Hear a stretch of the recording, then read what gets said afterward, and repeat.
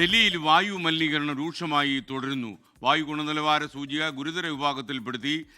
AIIMS പരിസരത്ത് ഇപ്പോൾ 421 വായു ഗുണനിലവാര സൂചിക. വിനിത വിജി ഡൽഹിയിൽ നിന്ന് വിവരങ്ങളുമായി ചേരുന്നു. വിനിത, എന്തായാലും ഡൽഹി നിവാസികൾക്ക് ശ്വാസമുട്ടലുണ്ടാക്കുന്ന വാർത്തയാണല്ലോ ഇത്. വിവരങ്ങൾ.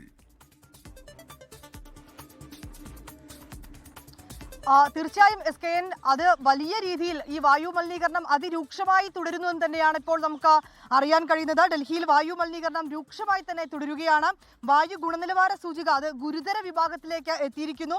എയിംസ് പരിസരത്ത് വായു ഗുണനിലവാര സൂചിക 421 രേഖപ്പെടുത്തിയിരിക്കുന്നത്. ശരാശരി വായു ഗുണനിലവാര നിരക്ക് 371. അത് കഴിഞ്ഞ ദിവസങ്ങളിലൊക്കെ ഈ പഞ്ചാബിലൊക്കെ ഈ കാർഷിക അവശിഷ്ടങ്ങളൊക്കെ കൂട്ടിയിട്ട് അവർ കത്തിച്ചിട്ടുണ്ടായിരുന്നു. ഇതൊക്കെയാണ് ഈ വായു മലിനീകരണം ഡൽഹി ഉൾപ്പെടെയുള്ള സംസ്ഥാനങ്ങളിൽ ഇത്തരത്തിലേക്ക് മലിനീകരണം അതിരൂക്ഷമാകാൻ ഇടയാക്കിയതെന്നാണ് റിപ്പോർട്ടുകൾ പറയുന്നത്. ഈ കഴിഞ്ഞ ദിവസങ്ങളിൽ ഏതാണ്ട് ശനിയാഴ്ച മാത്രം 400ഓളം ഇടങ്ങളിലാണ് ഈ കൃഷിയുമായി ബന്ധപ്പെട്ട വൈക്കോലുകളും ഈ കാർഷിക അവശിഷ്ടങ്ങളും ഒക്കെ ഇത്തരത്തിലേക്ക് കർഷകർ കത്തിച്ചതെന്നാണ് ചില റിപ്പോർട്ടുകളിൽ പറയുന്നത്. ഏതാണെങ്കിലും ഈ പ്രതിദിനം ഈ വായു ഗുണനിലവാര നിരക്ക് അതിങ്ങനെ അതിരൂക്ഷമായി തന്നെ വർദ്ധിച്ചു വരുന്നൊരു സാഹചര്യമുണ്ട്.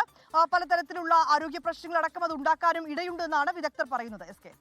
ലോകത്തെവിടെയായാലും ഏത് സമയത്തും 24 വാർത്തകളും ഓഗ്മെന്റഡ് റിയാലിറ്റി പാക്കേജുകളും എക്സ്പ്ലെയിനറുകളും വിശദമായി കാണാൻ ഞങ്ങളുടെ യൂട്യൂബ് ചാനൽ നിങ്ങൾക്ക് സബ്സ്ക്രൈബ് ചെയ്യാം.